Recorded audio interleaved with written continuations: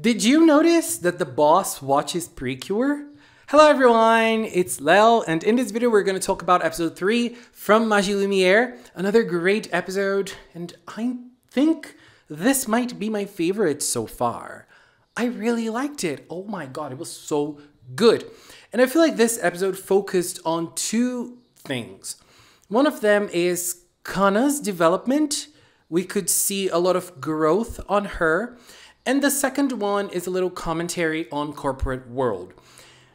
There's a lot of big corporation arguments versus other points of view.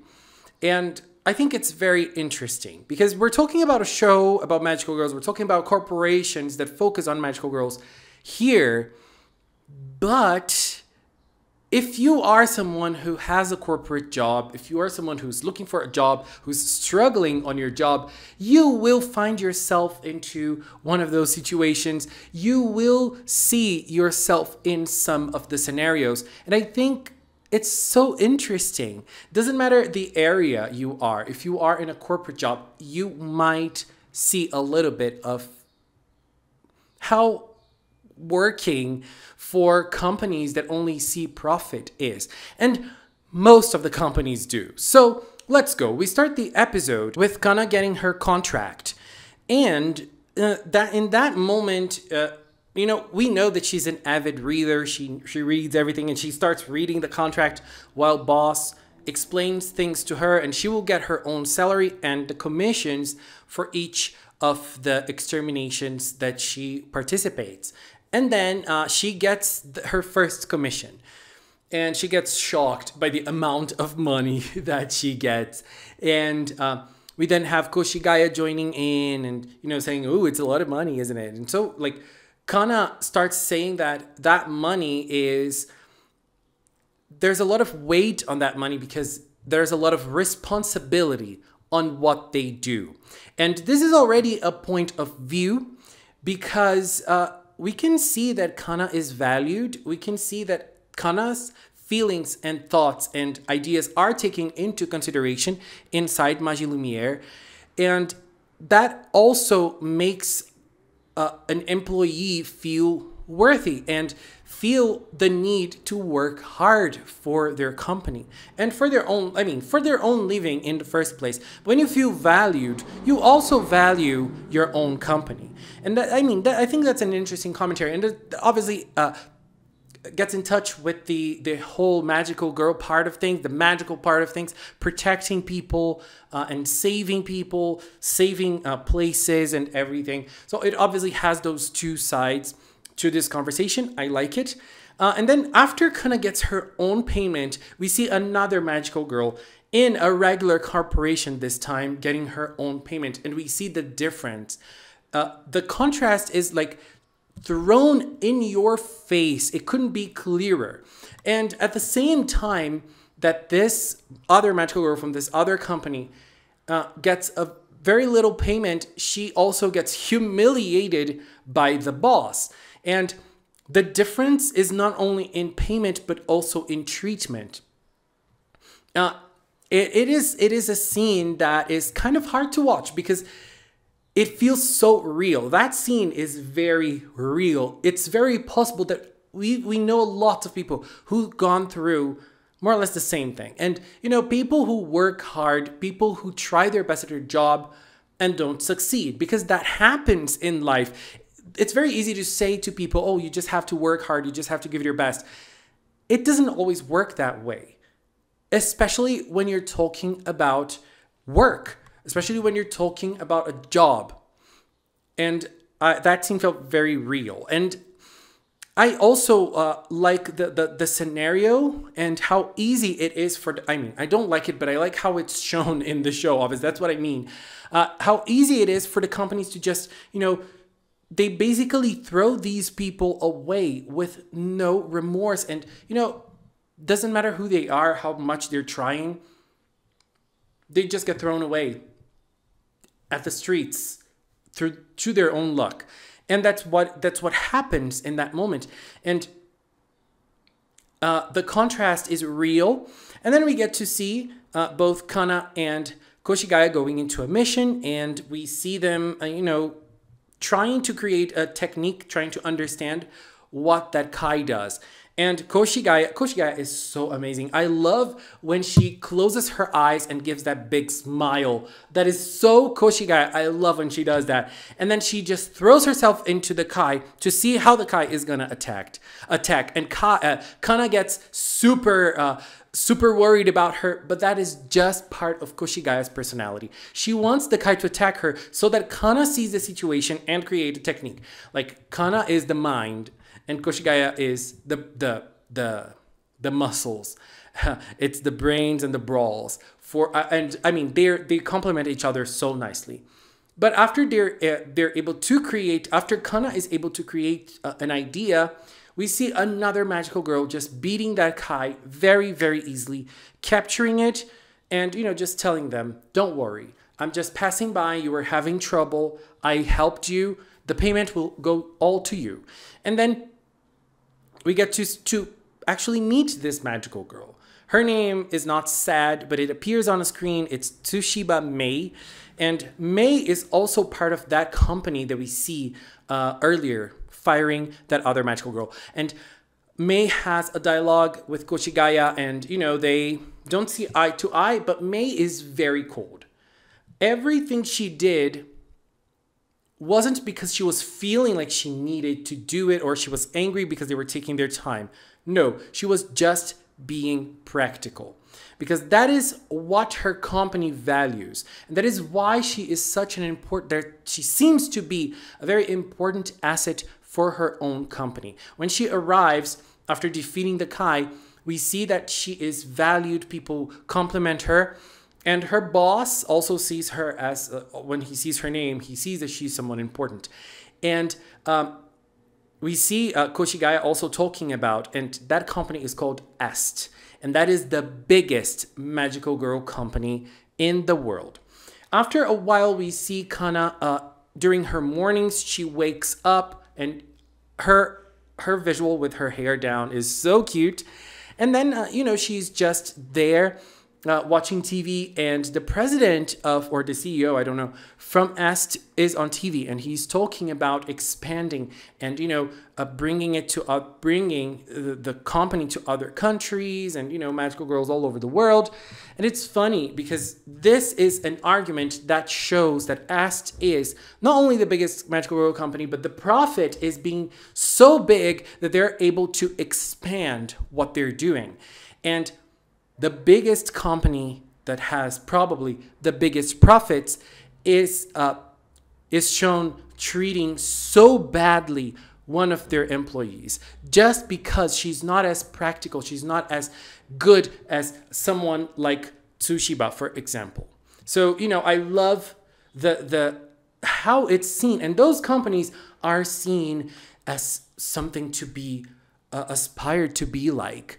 And, it's kind of hard to see something like that. But then Kana is late for work. She gets quick to Magie Lumiere. And when she is going there, it's very interesting because she starts talking about the world of Magie Lumiere and how most of the companies are small to medium-sized companies. We have very few big corporations like Est. And most of the corporations are smaller, kind of like Magie Lumiere, even though Magie Lumiere is a lot smaller.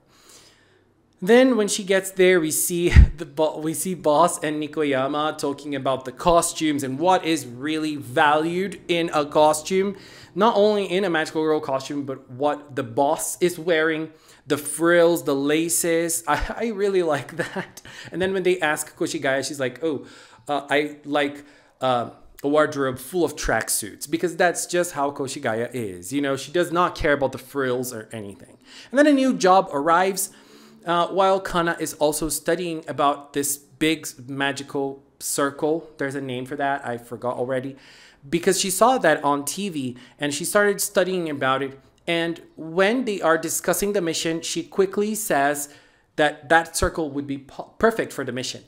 And two things about that scene. I love when the boss tells her that it's so good that she is now able to express her thoughts in a meeting like that, that shows how much she's grown over the past month that she's been on Magie Lumiere. And now she feels at ease to share her thoughts. You know, she is just like the others.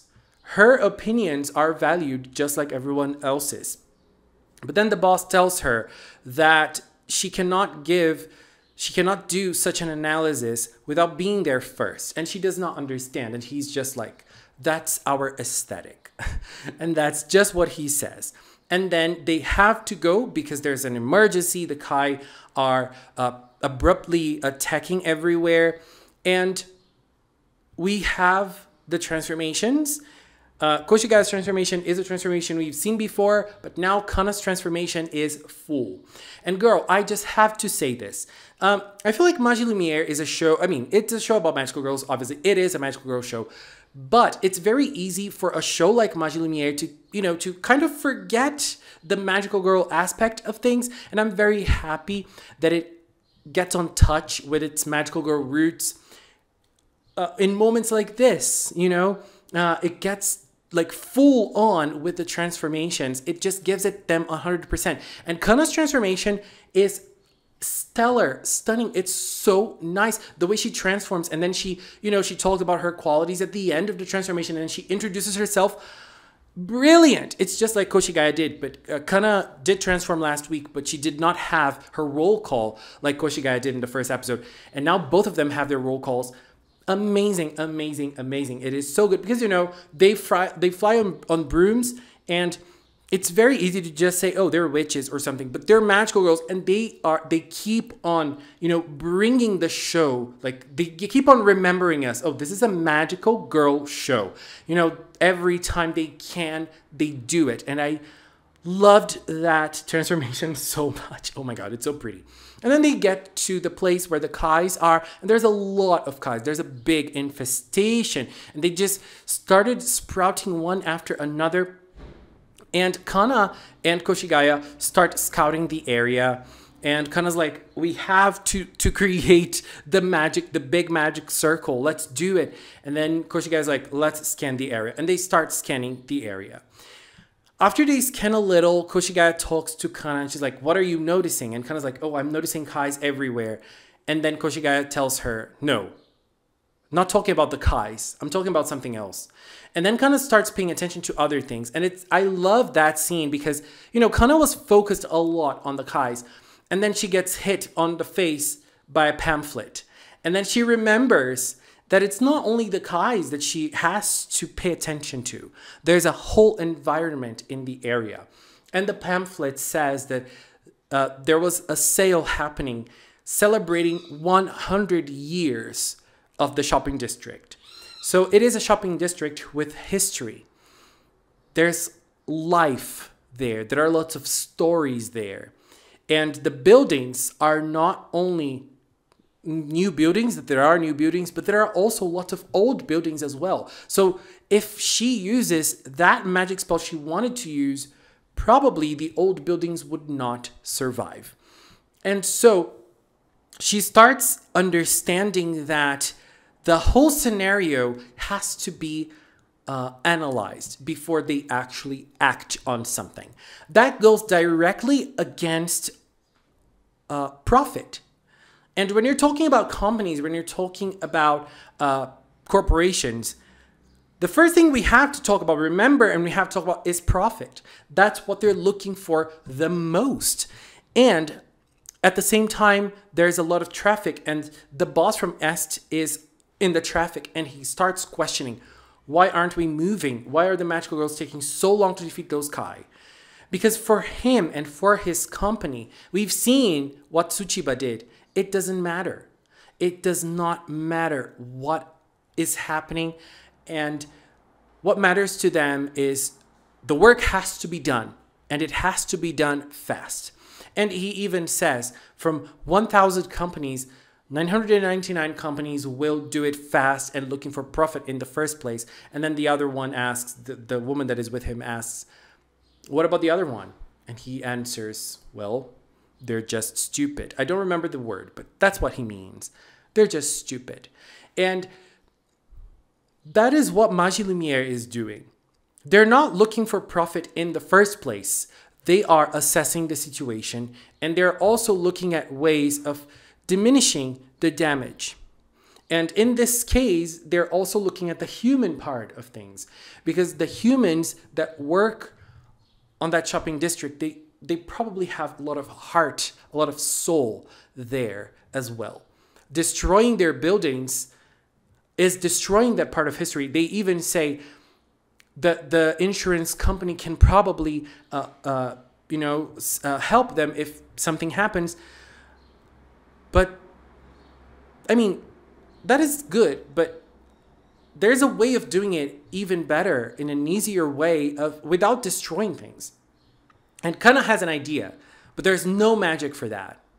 So how will she put that idea into motion?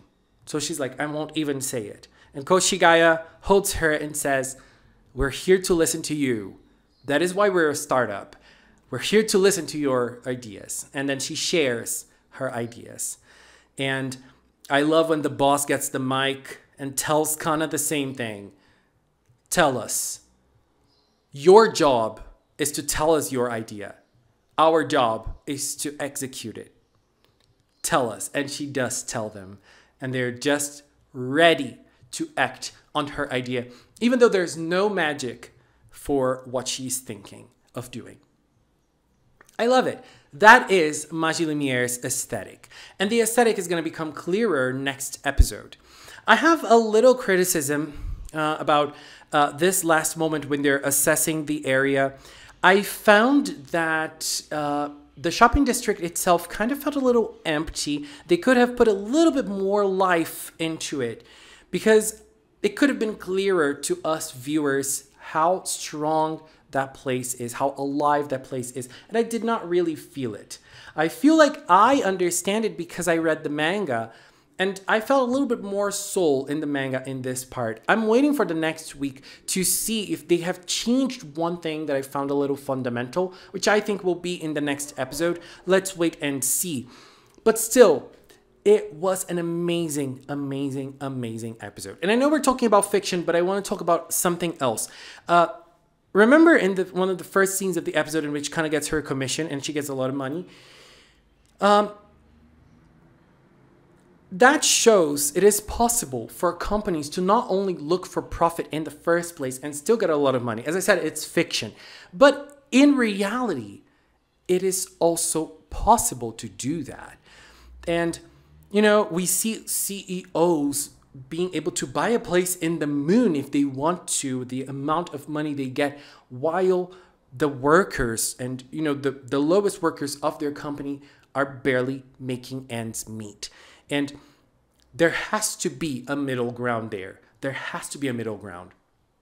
And I just think that Magie Lumiere does a very good job in showing the two sides and in showcasing how things are in reality. As I said, it's a magical girl show with magical girl companies, but we can apply that to so many different areas in our society.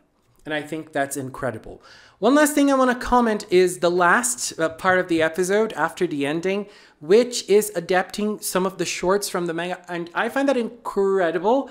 I mean, this episode is a two-parter. Next week, we're going to have the continuation. So it is very hard for them to add another scene at the end. So having that little short about the boss is amazing. And the boss watches the Magical Girl show that airs on Sunday morning. Can you tell me which is the Magical Girl show that airs on Sunday morning? Shigemoto is a Precure fan, baby. Oh my god, I love that. But yeah, the short was very cute, and the way the boss is also very cute. I just love the boss. Shigemoto is the king. I love him. Anyways, another very, very strong episode for Magie Lumiere. I'm just loving this show so much, and I love discussing it as well. It is so good. I'm having a lot of fun. Are you enjoying it as well? If you are, please leave a comment. Let's keep talking about it. Anyways, babies, this is it for now. I want to take this little time to thank the members of the Magical Cinnamon channel. If you're a member, thank you very much for your support. And if you've watched up to now, thank you so much as well. Thanks so much for watching, and until next time, bye-bye.